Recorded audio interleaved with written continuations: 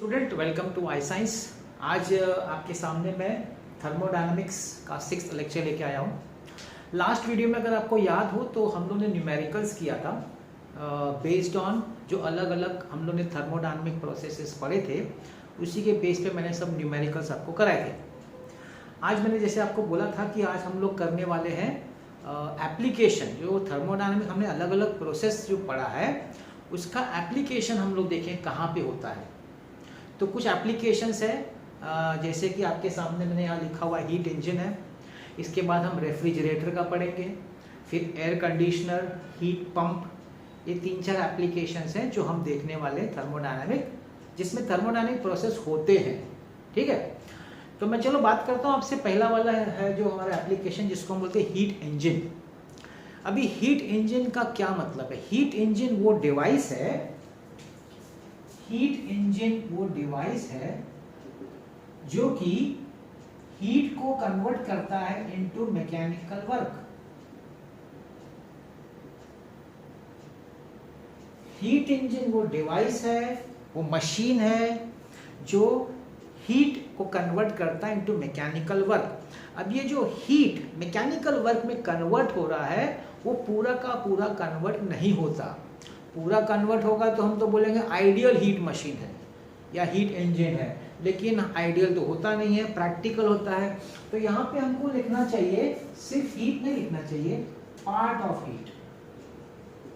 ये मैंने इसलिए अलग से इसको आपको बताया, सिर्फ हीट नहीं बोलने का, बोलने का part of heat which is converted into mechanical work. ठीक है, अब इसमें और भी एक और चीज ऐड कर सकते हैं कि इसका साइक्लिक प्रोसेस होता है। It involves cyclic process and thermodynamic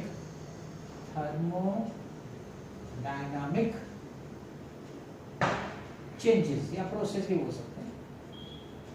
तो ये बेसिकली आप हीट इंजन समझ सकते हैं, एक ऐसा डिवाइस जहाँ पे पार्ट ऑफ द हीट जो है कन्वर्ट होता है वर्क डन में, मैकेनिकल वर्क में।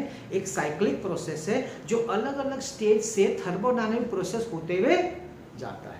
ये बेसिक आपका हीट इंजन है। अगर मुझे एग्जांपल देना पड़े तो एग्जांपल आपका बन जाता है एक ऑटोमोबाइल इंजन। ऑटोमोबाइल इंजन मतलब अगर आप कार चला रहे हैं, स्कूटर चला रहे हैं, तो जैसे ही आप चाबी घुमाते हैं, इग्निशन चालू होता है, तो जो अंदर जो इंजन चालू होता है जिसकी वजह से आपकी कार आगे जाती है, वही है आपका ऑटोमोबाइल इंजन। उसी के बारे में हम पढ़ रहे हैं जिसको हम शॉर्ट में बोलते हैं हीट इंजन। ओके, अब सबसे पहला चीज जो मैं आपको बताऊंगा हीट इंजन का, वो है उसके पार्ट्स या एलिमेंट्स। सबसे पहला चीज जो मैं आपको बताऊंगा वो है एलिमेंट्स ऑफ हीट इंजन।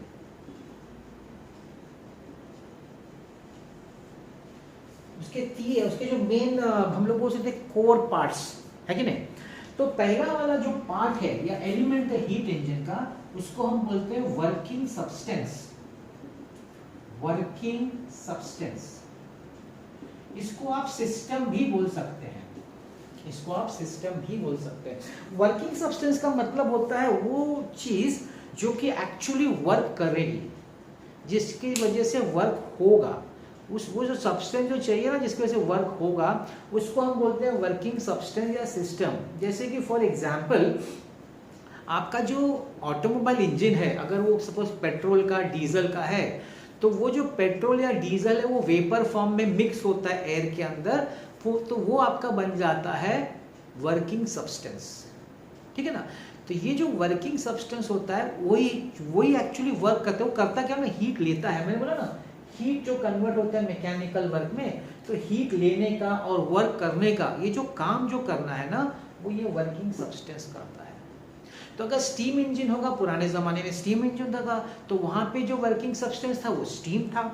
कोयले का इंजन होगा तो वर्किंग सब्सटेंस कोयला होगा। हमारे गाड़ी में अगर पेट्रोल है तो petrol will be my working substance. Diesel की गाड़ी है तो diesel will be my working substance. अगर सीएनजी गैस है तो सीएनजी विल बी, मतलब जो यूज़ हो रहा है वो मशीन को चलाने के लिए, इंजन को चलाने के लिए या वर्क कराने के लिए, वो बन जाता है आपका वर्किंग सब्सटेंस। तो ये पहला इंपॉर्टेंट पार्ट है या एलिमेंट है हीट इंजन का। ठीक है, दूसरा है hot and cold reservoirs. Hot and cold reservoirs. अब अब ये क्या है, हॉट एंड कोल्ड रिजर्वायर मतलब दो तरह का अलग अलग पार्ट होता है। एक जगह पे जहाँ पे हाई टेम्परेचर है और दूसरा पार्ट होता है जहाँ पे लो टेम्परेचर है। अब हाई टेम्परेचर जो हॉट रिजर्वायर है, अब वो क्या करता है, वो हीट देता है। किसको देता है, वर्किंग सब्सटेंस को देता है। क्यों देता है, जिससे कि वो वर्क कर सके, वर्किंग सब्सटेंस वर्क कर सके, उसके लिए एक पार्ट होता है जिसको हम लोग हॉट रिजर्वायर बोलते हैं। इसका दूसरा भी नाम है, आप इसको सोर्स भी बोल सकते हैं, सोर्स ऑफ हीट, हीट जो प्रोवाइड कर रहा है वर्किंग सब्सटेंस को वर्क करने के लिए। और उसके सामने जब वर्किंग सब्सटेंस वर्क कर लेता है, जो हीट बच जाता है, वो जो बाहर निकलता है ना एग्जॉस्ट के फॉर्म में, आप देखोगे एग्जॉस्ट निकलता है, वो निकलता है कोल्ड रिजर्वायर से। इसका दूसरा नाम है सिंक, इसको हम लोग सिंक भी बोलते हैं। तो हॉट रिजर्वायर का टेम्परेचर हाई होता है और कोल्ड रिजर्वायर का टेम्परेचर लो होता है। हॉट रिजर्वायर हीट देता है वर्किंग सब्सटेंस को, और कोल्ड रिजर्वायर हीट को बाहर निकालता है मशीन में से या इंजन में से या उस सिस्टम में से। तो ये दोनों चीज को, ये दोनों बन जाते हैं हमारे हीट इंजन के सेकेंड पार्ट। अब मैं तीसरे पार्ट पे आता हूं, जो है सबसे इंपॉर्टेंट पार्ट है, वो है सिलेंडर। अब सिलेंडर मतलब क्या, आपका जो वर्किंग सब्सटेंस है, वो जो गैसोलीन है, वेपर फ्यूल जो भी है, जो आपको आप कहाँ पे रखेंगे उसको अंदर रखना पड़ेगा ना। तो जिस जिस चीज़ में रखा जाता है उसको हम सिलेंडर बोलते हैं। अब वो सिलेंडर का प्रॉपर्टी क्या है कि भाई उसका जो पिस्टन होना चाहिए मासलेस होना चाहिए, फ्रिक्शनलेस होना चाहिए, मूवेबल होना चाहिए, एकदम स्मूथ मूव करना चाहिए। ये कुछ प्रॉपर्टीज होती है उस पिस्टन के अलॉन्ग विद द सिलेंडर, और हमारा जो वर्किंग सब्सटेंस होता है उस सिलेंडर के अंदर होता है। और जो वर्क हो रहा है वो पिस्टन के थ्रू ही होगा ना। अब वर्किंग सब्सटेंस जो वर्क करेगा वो किसके थ्रू करेगा, वो पिस्टन के थ्रू करेगा। पिस्टन मूव होगा, उसके हिसाब से अगर पिस्टन बाहर जा रहा है मतलब work done by the system, अगर पिस्टन प्रेस अंदर हो रहा है, कंप्रेस हो रहा है, तो फिर work is done on the system. ये तो मैंने आपको पहले समझाया हुआ है। तो ये बन जाते हैं आपके हीट इंजन के तीन इंपॉर्टेंट एलिमेंट्स। इसी से पूरा हीट इंजन चलता है। ये तीन मेन पार्ट है हीट इंजन के, working substance, hot and cold reservoirs and cylinder.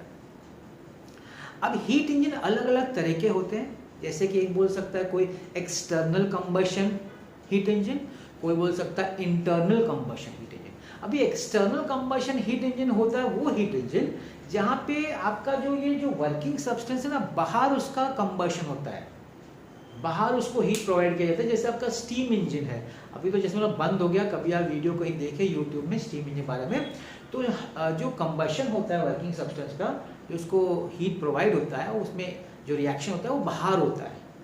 जबकि इंटरनल कंबशन इंजन में जैसे अपना पेट्रोल डीजल है वो अंदर होता है, इंजन के अंदर ही होता है वो, that is internal combustion engine. तो आजकल तो सब इंटरनल कंबशन है, एक्सटर्नल देखने को नहीं मिलता है। पहले ज़माने में एक्सटर्नल हुआ करता था, लेकिन आज के ज़माने में you have got internal combustion engine. तो ये हो गया आपका जो मेन कोर है इंजन का, समझने का क्या क्या उसके पार्ट्स है और क्या टाइप्स है। अब ये जो इंजन का काम करने का जो तरीका, अगर उसको समझा जाए तो तीन इंपॉर्टेंट स्टेप्स हैं। अगर हमको इसको समझना है तो हमको समझना पड़ेगा इन थ्री इंपॉर्टेंट स्टेप्स। पहला स्टेप है heat is absorbed by the system. Heat absorbed by working substance from hot reservoir. ये पहला स्टेप है। तो ये आपका पहला स्टेप हो गया। मैं आपको बेसिक मेन स्टेप हम लोग बता रहे हैं, ऐसा डिटेल में आपको कुछ नहीं, आपको सिर्फ मेन स्टेप्स समझने का है। पहला स्टेप है कि आपका जो वर्किंग सब्सटेंस है, अगर हम लोग ऑटोमोबाइल इंजन की बात करें, डीजल या पेट्रोल वेपर के फॉर्म में, वो हीट एब्जॉर्ब करेगा। कहां से? From the hot reservoir. दूसरा स्टेप है work done by the working substance. Working substance जब वो हीट एब्जॉर्ब कर लेता है, जो वो हीट एब्जॉर्ब कर लेता है, उसके बाद वो वर्क करेगा, मैकेनिकल वर्क। और तीसरा step, remaining heat is released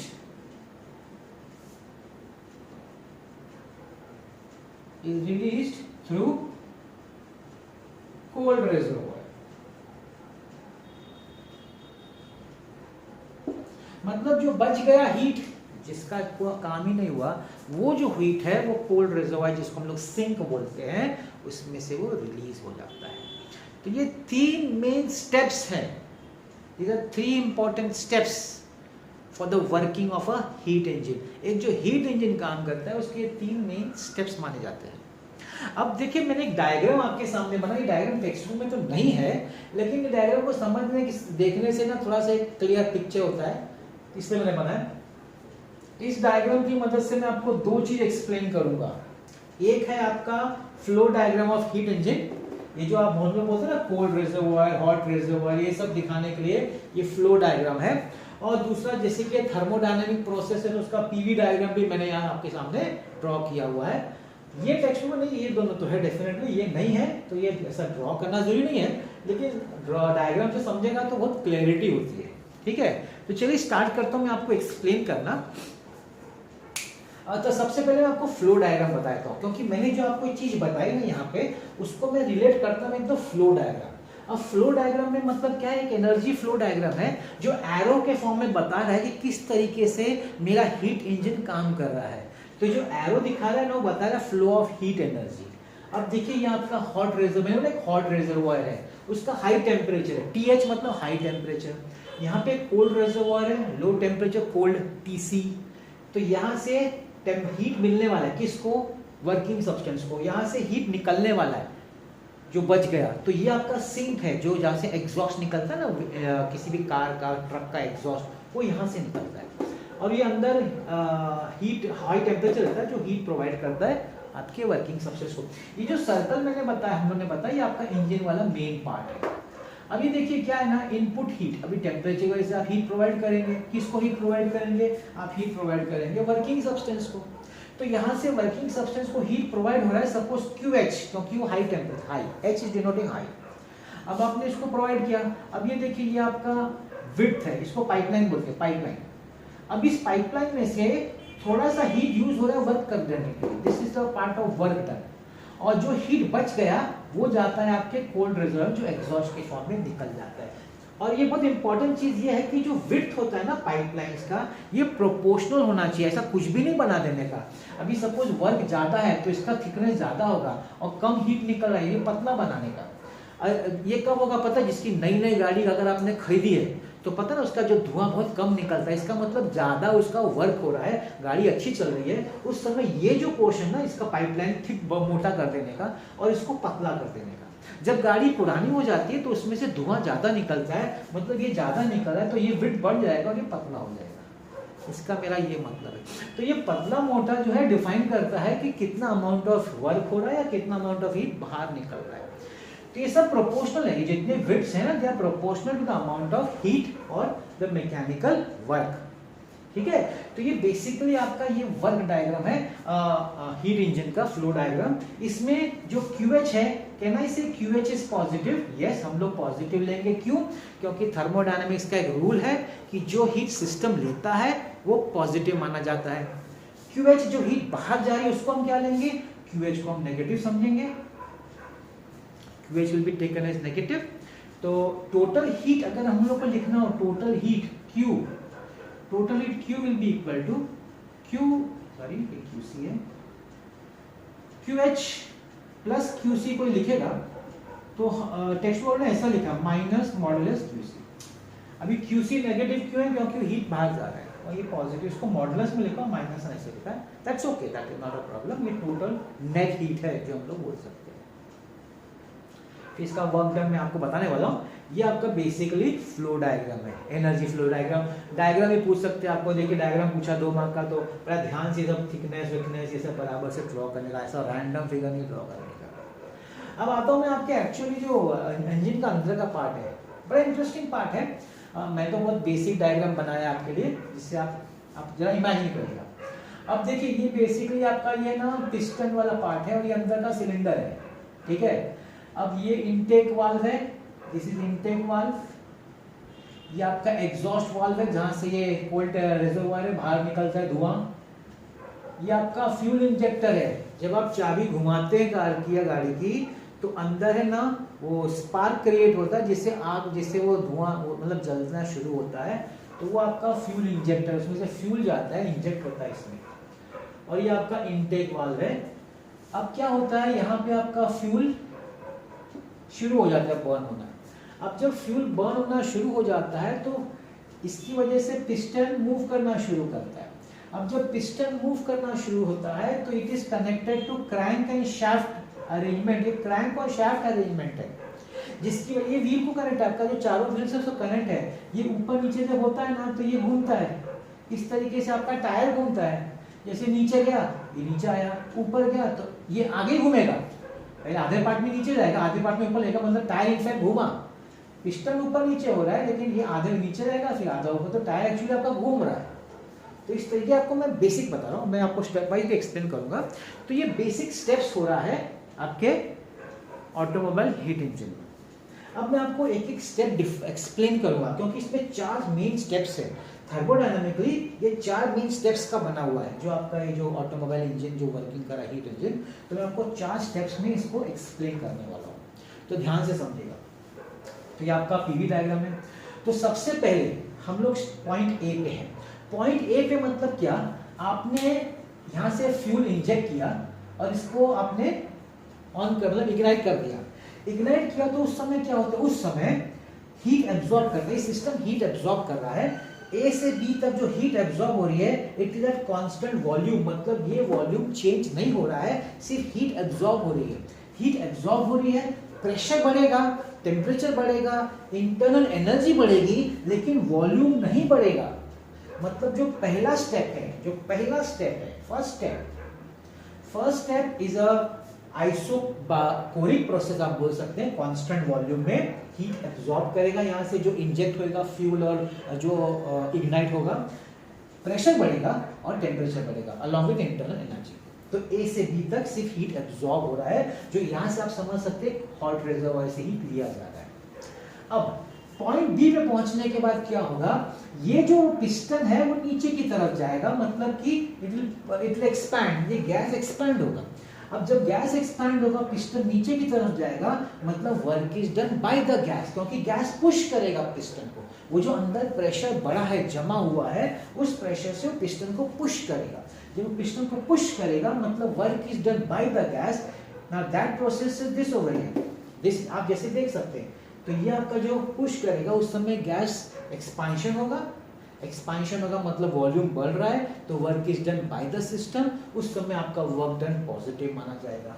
तो ये वो प्रोसेस है बी से लेके सी तक, जहाँ पे आपका वॉल्यूम बढ़ रहा है, आपका प्रेशर घट रहा है। यहाँ पे प्रेशर घट रहा है और वॉल्यूम बढ़ रहा है, ठीक है। सो this is the second part. अब जैसे वो पूरा पिस्टन नीचे आया, टेम्परेचर कम हो गया, प्रेशर कम हो गया, टेम्परेचर कम नहीं अभी प्रेशर कम हुआ है और वॉल्यूम बढ़ गया है। जब सी पे आएगा तो क्या होगा, अब आपका थर्ड पार्ट होगा। अब ये आपका थर्ड पार्ट है, क्योंकि आपका पहला स्टेप हो गया, दूसरा वर्क डन हो गया, जब उसने पुश किया तो वर्क डन हो गया।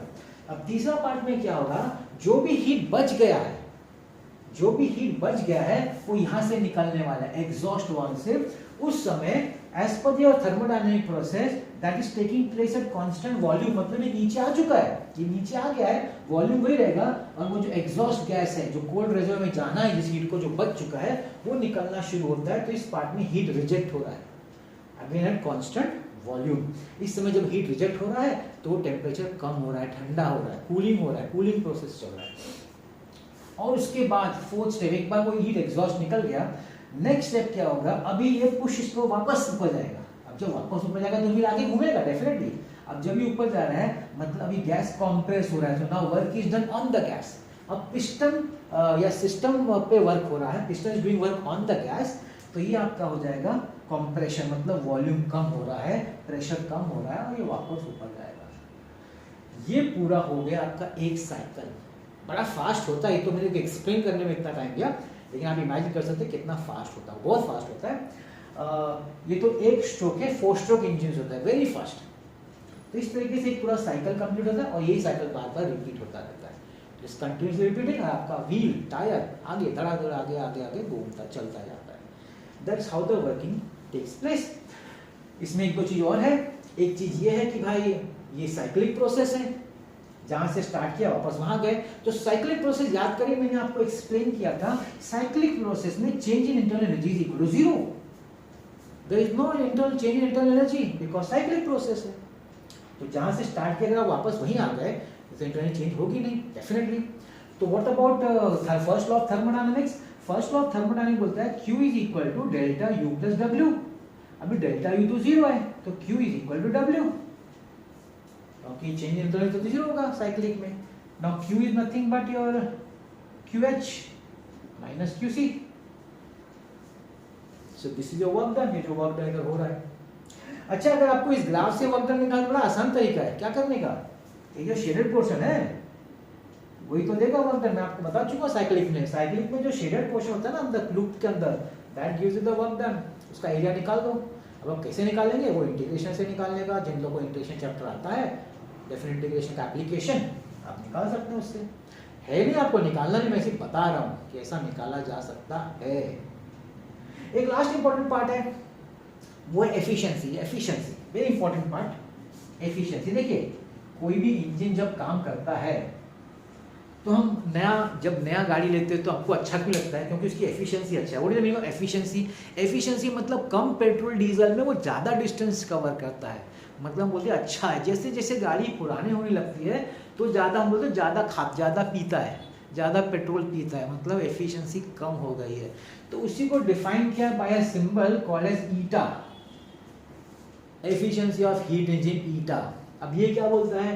ईटा बोलता है कि भाई आपने कितना वर्क किया अपॉन आपने कितना हीट एब्जॉर्ब किया, कितना हीट एब्जॉर्ब किया कंपेयर टू आपने कितना वर्क किया, दैट इज एफिशिएंसी। जितना ज्यादा वर्क करेंगे उतना अच्छा एफिशिएंसी माना जाएगा कंपेयर टू हीट एब्जॉर्ब। इसको कई लोग फिर ऐसे लिखते हैं, W को लिखते हैं लोग modulus QH minus modulus QC upon modulus QH, ऐसे भी लिख सकते हैं। मतलब एक तरीका है एफिशिएंसी को डिफाइन करने का। एफिशिएंसी कभी भी 100% नहीं हो सकती, मतलब पूरा हीट जो एब्जॉर्ब हुआ सबका सब वर्क डन हो गया, ऐसा प्रैक्टिकली हीट इंजन नहीं होता। ठीक है, तो this is all that you are supposed to know about heat engine. I hope आपको हीट इंजन अच्छे समझ में आ गया होगा। ये उसके एलिमेंट्स हैं, ये मेन स्टेप्स है, ये उसका एक पर्टिकुलर पार्ट है इंजन का, ये पीवी डायग्राम है और ये आपका एनर्जी फ्लो डायग्राम है along with the efficiency of the heat engine. इसके मेन पार्ट्स हैं about the heat engine. I hope you understood.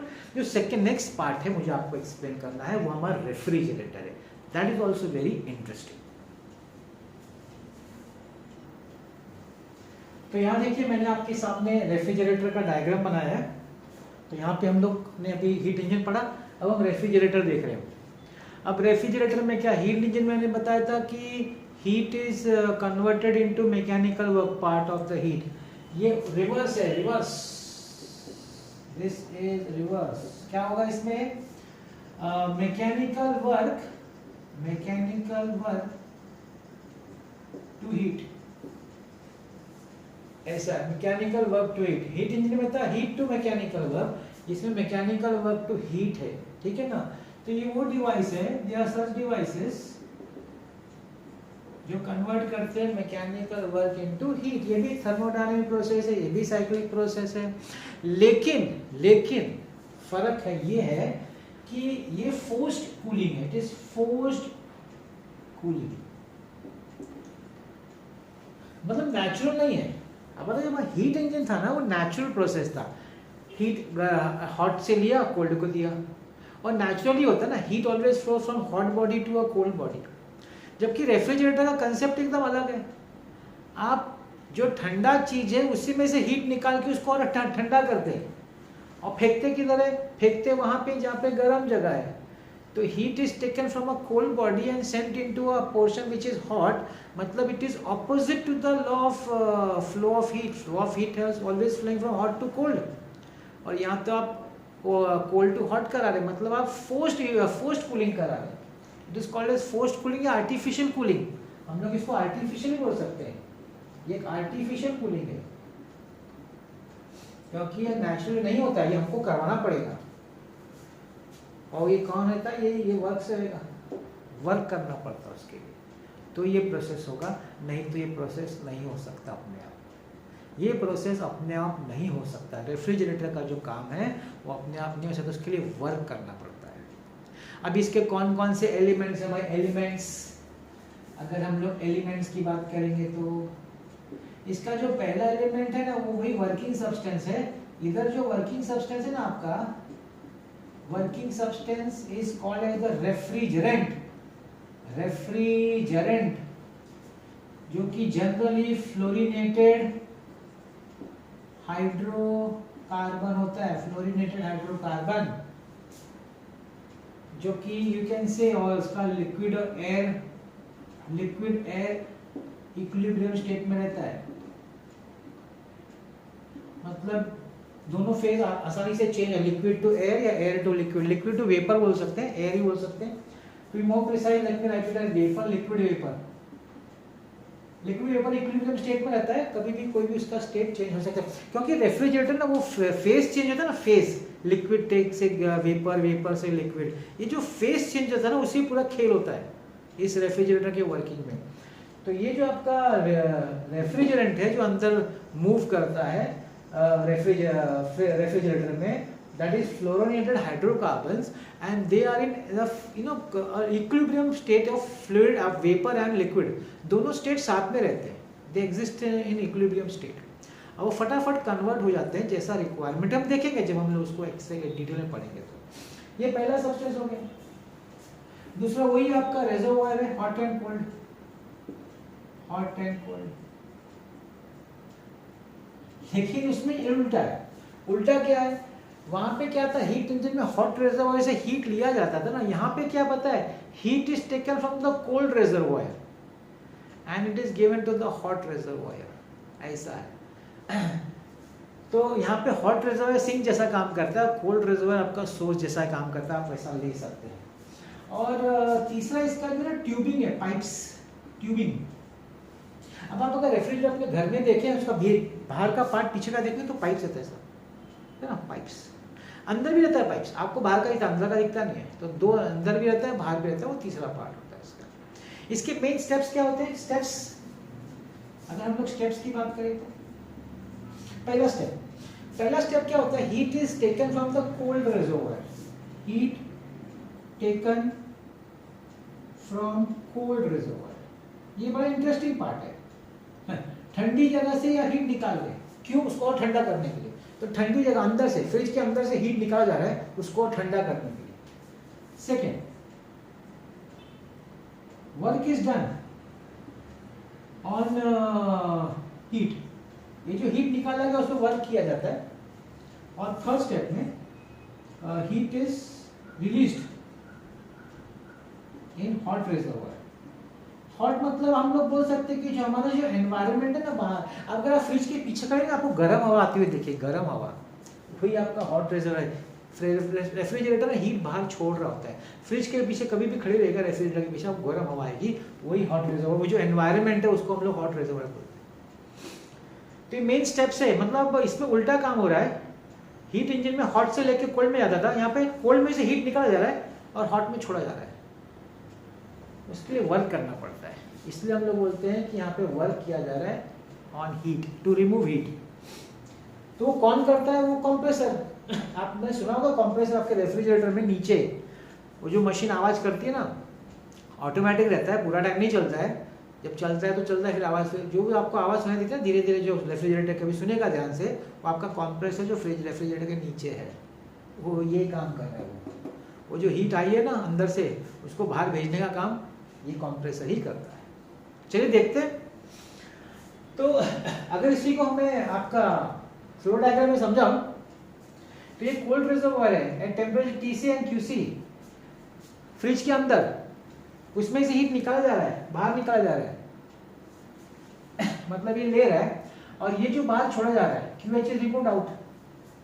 अभी QH बाहर छोड़ा जा रहा है, मतलब हम बोल सकते हैं QH इज नेगेटिव, और QC लिया जा रहा है तो QC इज पॉजिटिव, क्योंकि QH तो बाहर एनवायरनमेंट छोड़ा जा रहा है, और QC जो है वर्किंग सब्सटेंस को दिया जा रहा है, वर्किंग सब्सटेंस कौन है अपना? रेफ्रिजरेंट। और बीच में वर्क हो रहा है, आपने जो हीट निकाला ना अंदर में से, उस पर वर्क होता है। कौन वर्क करता है? हमारा कंप्रेसर। कंप्रेसर उसमें वर्क करता है, और वो जो हीट जो आया अंदर से उसको बाहर फेंकने के लिए कंप्रेसर की इतना हीट बाहर जाएगा नहीं, क्योंकि हीट अपने आप में लोअर टेम्परेचर से हायर टेम्परेचर हीट फ्लो नहीं होता, अपने आप तो नहीं हो सकता। वो करने के उसके लिए आपको वर्क करना पड़ेगा, वर्क के लिए वो कंप्रेसर लगता है, वो कंप्रेसर ही उस हीट को बाहर फेंक सकता है आउट ऑफ द सिस्टम। तो ये आपका बेसिक फ्लो डायग्राम है, और वो चीज जो मैंने आपका थिकनेस और वो सब बराबर मैच होना चाहिए, आपका पाइपलाइन का थिकनेस। ये आपका एनर्जी फ्लो डायग्राम है रेफ्रिजरेटर का। अब मैं आता हूँ आपके एक्सप्लेनेशन के पार्ट पे। अब ये पीवी डायग्राम आपके टेक्स्ट में नहीं दिया है, मैंने सिर्फ ड्रॉ करने के लिए रखा है, जिससे कि आपको इसे समझ में आए। वो लोगों ने एक्सप्लेन किया है पीवी डायग्राम, लेकिन दिया नहीं है पीवी डायग्राम, ये प्रॉब्लम है। तो मैंने ड्रॉ भी कर दिया, आपको जरा आसानी में समझ में आएगी। अब देखिए आपका रेफ्रिजरेटर का मेन पार्ट, ये जो कोल्ड रीजन है ना, मतलब ये रेफ्रिजरेटर के अंदर वाला पार्ट है ये, और ये हॉट रीजन जो है ना, ये आपके बाहर वाला पार्ट है, पीछे वाला। रेफ्रिजरेटर के जो पीछे होता है ना, वो आपका हॉट रीजन है, और रेफ्रिजरेटर के अंदर जो है कोल्ड रीजन है।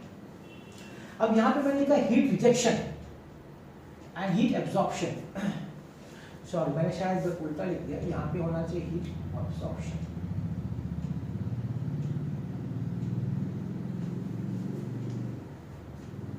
एक minute, I have written it wrong, it should be heat absorption. उल्टा हो गया, वेरी सॉरी। ये हीट रिजेक्शन,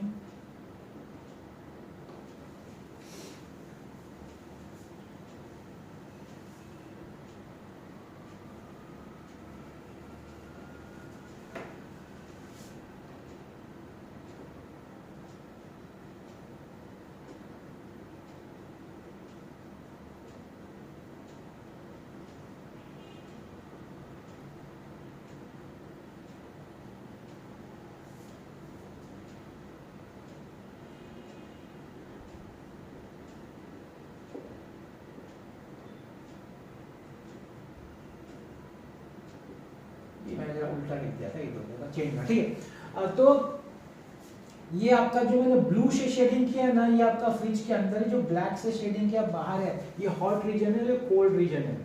हॉट रीजन में क्या, कोल्ड रीजन में क्या होता है? कोल्ड रीजन में हीट एब्जॉर्ब होता है, हीट एब्जॉर्ब होता है, मतलब अंदर से हीट लिया जाता है। और हॉट रीजन में क्या जाता है? हीट रिजेक्ट होता है, मतलब बाहर फेंका जाता है। और ये पार्ट भी है जो मैं आपको जब समझाऊंगा तभी आपको समझ में आएगा। मैं पढ़ देता हूँ क्या लिखा है। अंदर फ्रिज के अंदर क्या होता है? एक्सपांशन होता है और फोर्स वेपराइजेशन होता है। और फ्रिज के बाहर वाले पार्ट में क्या होता है? वर्क डन होता है बाय द कंप्रेसर, वहां पे कंप्रेशन होता है और फोर्स कंडेंसेशन होता है। ये चीज जब मैं आपको यहाँ समझाऊंगा तो आपको समझेगा, लेकिन ये जो लिखा हुआ ना आपके टेक्स्ट बुक में, वो मैं बस सिर्फ रीड कर रहा हूँ कि आपके टेक्स्ट में क्या लिखा है। अगर आपको नहीं दिख रहा हो ना, अगर सपोज बहुत छोटा लिखा है क्योंकि जगह कम है, तो आप सामने अपना टेक्स्ट बुक ओपन कर लेंगे ना, तो आपको ज्यादा आसान पड़ेगा समझने में। चलिए आ जाते इधर अभी आपके रेफ्रिजरेटर पे। तो ये पार्ट इसी को कनेक्ट करते हैं। ये आपका कोल्ड पार्ट है तो ये भी कोल्ड है, ये हॉट पार्ट है तो ये वाला हॉट पार्ट है, ठीक है। अब देखिए मैं स्टार्ट कर रहा हूं, ध्यान से समझिएगा। अब इसको हम लोग बोलते हैं एक्सपांशन वॉल्व या थ्रॉटल।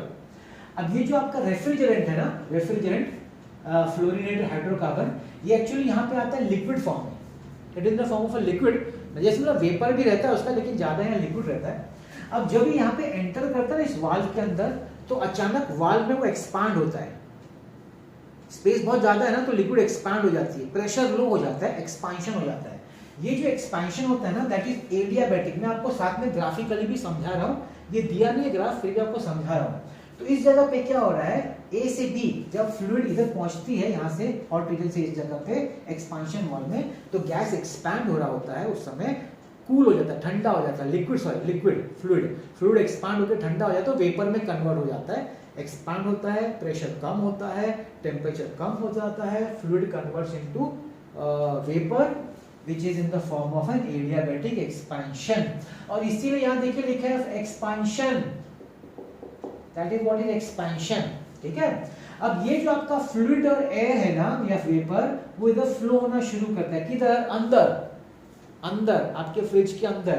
अब ये एक्सपैंड होकर ठंडा हो गया है। अब सिंस ये ठंडा हो गया है, तो क्या करता है, अंदर का हीट जो होता है, अंदर का हीट वो सब एब्जॉर्ब करता है।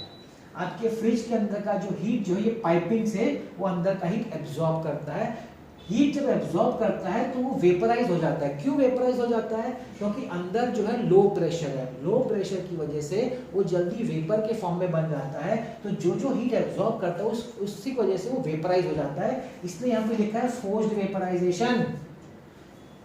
इस अंदर पाइपिंग में जब हमारा फ्लूइड घूम रहा है, रेफ्रिजरेंट घूम रहा है, तो अंदर का हीट जब एब्जॉर्ब कर लेता है तो जल्दी से वेपर के फॉर्म में हो जाता है। वो आपका देखिए ये सेकंड पार्ट है, this is the second part, isobaric expansion.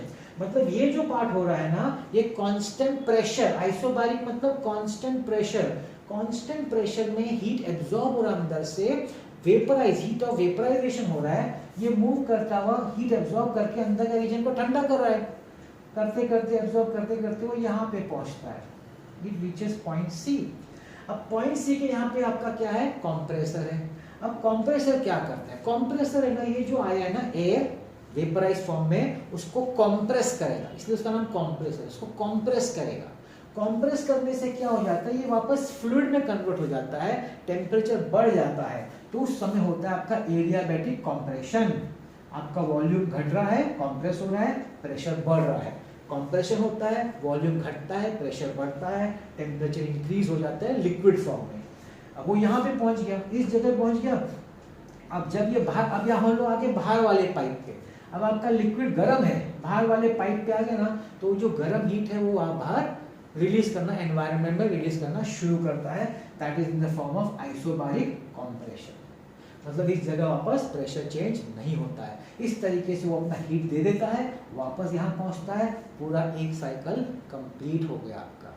तो यहाँ से स्टार्ट होता है कंप्रेशन, कंप्रेसर उसको कंप्रेस करता है, लिक्विड में कन्वर्ट करता है, हाई प्रेशर, देखिए एचपी मतलब हाई प्रेशर, ये लो प्रेशर, हाई प्रेशर में लिक्विड बनता है, हॉट लिक्विड अपना हीट बाहर खींचता है। इस पार्ट को हम लोग बोलते हैं कंडेंसर कॉइल, और जो आपके रेफ्रिजरेटर के अंदर है उसको बोलते हैं इवेपोरेटर कॉइल। क्या कि यहाँ पे आपका लिक्विड इवेपोरेट वेपर्स के फॉर्म में बन रहा है, और यहाँ पे क्या हो रहा है, यहाँ पे कंडेंस हुआ है, वो कंडेंस होकर लिक्विड बना है, वो अपना हीट बाहर फेंक रहा है। इसलिए ये कॉइल को, इतने पोर्शन वाले कॉइल को हम लोग बोलते हैं कंडेंसर कॉइल, और ये वाले कॉइल को हम लोग बोलते हैं इवेपोरेटर कॉइल। तो इस तरीके से लो प्रेशर करके टेम्परेचर कम करके अंदर भेजने का, हीट एब्जॉर्ब करने का, ये जो हीट एब्जॉर्ब होकर इधर पहुंचा, कंप्रेसर से उसको कंप्रेस करने का, लिक्विड वापस बनाने का, उसका टेम्परेचर बढ़ता है, वो हीट लेके वो बाहर एटमॉस्फेयर में रिलीज करता है, घूमते घूमते वापस आता है, वापस वही चीज चालू हो जाती है। इस तरीके से ये कंप्रेसर की मदद से ये साइकिल चलता है। मतलब कंप्रेसर वो ये है वर्क डन, ये जो वर्क डन है ये कंप्रेसर कर रहा है। तो देखिए work done is equal to compression and forced condensation, vapour liquid बन रहा है, इसलिए इसको लिखा जाता है फोर्स्ड कंडेंसेशन। तो ये टर्म समझिएगा, आप लोग को यहाँ नहीं दिख रहा होगा तो जैसे मैंने टेक्स्ट में देख लीजिएगा, यहाँ पे हीट एब्जॉर्ब हो रहा है और बाहर में हीट रिजेक्ट हो रहा है, बाहर निकल रहा है। और ये आपका ग्राफिकल एक्सप्लेनेशन है। ग्राफ आप अपने समझने के लिए लिख ड्रॉ कर लीजिएगा, टेक्स्ट में है नहीं, इस समझने के लिए बता सकता हूँ। एडियाबैटिक एक्सपेंशन मतलब no change in heat, heat transfer नहीं हो रहा एनवायरनमेंट से। Isobaric constant pressure, again adiabatic and again isobaric. इस तरीके से पूरा एक साइकिल कंप्लीट हो जाता है। वही है साइक्लिक प्रोसेस जिसमें डेल्टा यू जीरो है, डेल्टा यू जीरो का बिकॉज साइक्लिक प्रोसेस। ग्राफ में से अगर आपको निकालना है तो वही आपको एरिया निकालेंगे तो आपको वर्क डन मिल जाएगा। अब हम लोग आते हैं, जैसे हम लोग ने हीट इंजन में एफिशिएंसी था, तो रेफ्रिजरेटर में उसको बोलते हैं coefficient of performance, coefficient of performance COP, इसको K से डिनोट करते हैं, K क्वालिटी फैक्टर, इसका दूसरा भी नाम है क्वालिटी फैक्टर और क्वालिटी फैक्टर। इसका K का फॉर्मूला है, K का फॉर्मूला क्या है, K का फॉर्मूला है QC अपॉन W। अब QC अपॉन W का मतलब क्या है कि भाई कंप्रेसर मेरा वर्क कर रहा है, आप कितना ठंडा कर पा रहे हैं, वो उसका K है। अच्छा ठंडा हो रहा है मतलब आप ज्यादा हीट निकाल रहे हैं, जितना ज्यादा हीट आप बाहर निकाल रहे हैं रेफ्रिजरेटर में से मतलब उतना अच्छा, मतलब कम से कम वर्क में अगर आप ज्यादा से ज्यादा हीट निकालेंगे ये माना जाएगा कि रेफ्रिजरेटर बहुत अच्छा है, मतलब मेरा कंप्रेसर ज्यादा नहीं चलता है, मेरा लाइट बिल बच रहा है। इसका ये इन शॉर्ट ये समझ में आ रहा है, अगर मेरे कंप्रेसर का कम काम करने से मेरा ज्यादा हीट रेफ्रिजरेटर का बाहर निकल रहा है, अच्छा ठंडा हो रहा है, तो उसका बोलेंगे it is a very good performance of refrigerator, that is coefficient of performance, ये उसका फॉर्मूला बन जाता है। अभी इसको एक और तरीके से भी रिप्रेजेंट किया है जब हम लोग एयर कंडीशनर की बात करेंगे। तो ये तो आपका हो गया। अच्छा, यहाँ पे जैसे कि मैंने कहा कि अभी आपका वर्क डन अगर आप लिखें, ये तो QC हो गया, वर्क डन लिखेंगे तो क्या होगा आपका वर्क डन, क्योंकि डेल्टा यू तो 0 है, so work done is equal to total Q। अभी जो पॉजिटिव है, पॉजिटिव कौन है, QC पॉजिटिव है, और नेगेटिव कौन है, नेगेटिव आपका QH है। तो आप यहाँ वर्क डन में लिख सकते हैं QC माइनस QH। ये तो जो हीट आ रहा है अंदर वो पॉजिटिव, हीट जो बाहर जा रहा है वो नेगेटिव है, सिंपल है लॉजिक। तो ये आपका हो गया refrigerator. I hope you like it, interesting है, काफी इंटरेस्टिंग है heat engine and refrigerator. AC और हीट पंप में बहुत शॉर्ट में एक्सप्लेन किया, तो आपको ओरली समझा देता हूँ। Air conditioner is again artificial cooling. आप घर में बैठे, रूम में बैठे, क्लास में बैठे हैं तो एयर कंडीशन होता है ना। एयर कंडीशन क्या करता है, अंदर का ठंडा करता है। अंदर का ठंडा मतलब आप समझ लीजिए आप रेफ्रिजरेटर के अंदर हैं, अगर आपका एसी चालू है, अगर आपके घर का एसी चालू है, आपका रूम ठंडा हो रहा है, मतलब आप इमेजिन करिए कि आप इधर हैं भाई, ये वाले पोर्शन में आप इधर हैं। अगर आपके पास स्प्लिट एसी है तो स्प्लिट एसी का जो बाहर वाला पार्ट होता है, वहां जाके खड़े होके देखिए, बाहर होगा ना, कभी खड़े होके देखिए, गर्म हवा छोड़ता है, वो ये पोर्शन है। मतलब एयर कंडीशनर में जो इवेपोरेटर कॉइल है वो आपके घर के अंदर वाला एसी वाला पार्ट है, और ये जो कंडेंसर कॉइल है आपका स्प्लिट एसी का जो बाहर वाला है ना, वो कंडेंसर कॉइल है, वो गर्म हवा बाहर छोड़ रहा है। और आपके घर के अंदर जो एसी आपको दिख रहा है ना, वो आपका इवेपोरेटर कॉइल है, जो आपके रूम में से गर्मी निकाल रहा है और बाहर फेंक रहा है।